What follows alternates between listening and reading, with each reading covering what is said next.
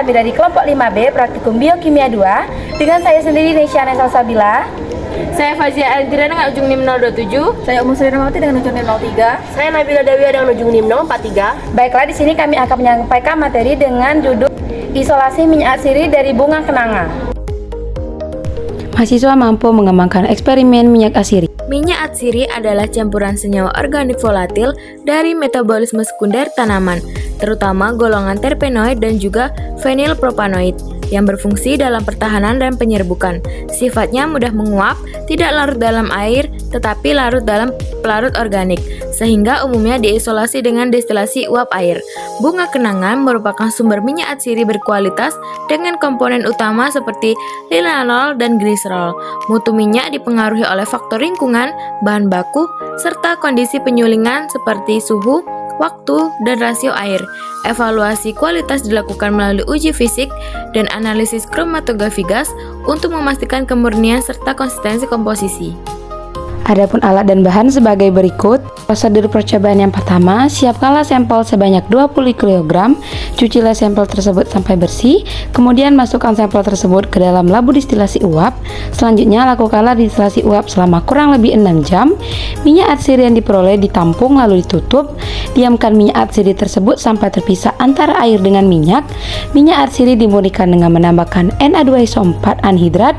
Minyak atsiri yang diperoleh dihitung rendemennya. Distilasi uap air 6-8 jam dipilih untuk menjaga senyawa termolabil dari kerusakan panas. Penggunaan 42 kg bunga segar menjamin kadar minyak dan kualitas aroma optimal. Massa jenis 0,950 gram per ml, menempatkan minyak di lapisan atas pada corong pisah. Na2SO4 anhidrat digunakan untuk dehidrasi guna menghasilkan minyak murni yang jernih. Volume 241 ml dengan rendemen 0,545% telah sesuai dengan standar literatur. Berdasarkan praktikum yang telah dilakukan, proses isolasi minyak atsiri dari bunga kenanga atau Cananga odorata dilakukan menggunakan metode distilasi uap selama kurang lebih 6 jam.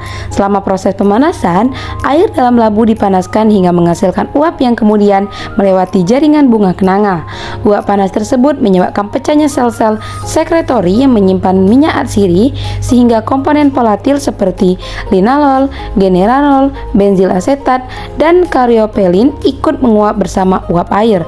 Pada tahap pemisahan ini diperlukan ketelitian karena sebagian minyak dapat tertinggal atau ikut terbawa bersama fase air.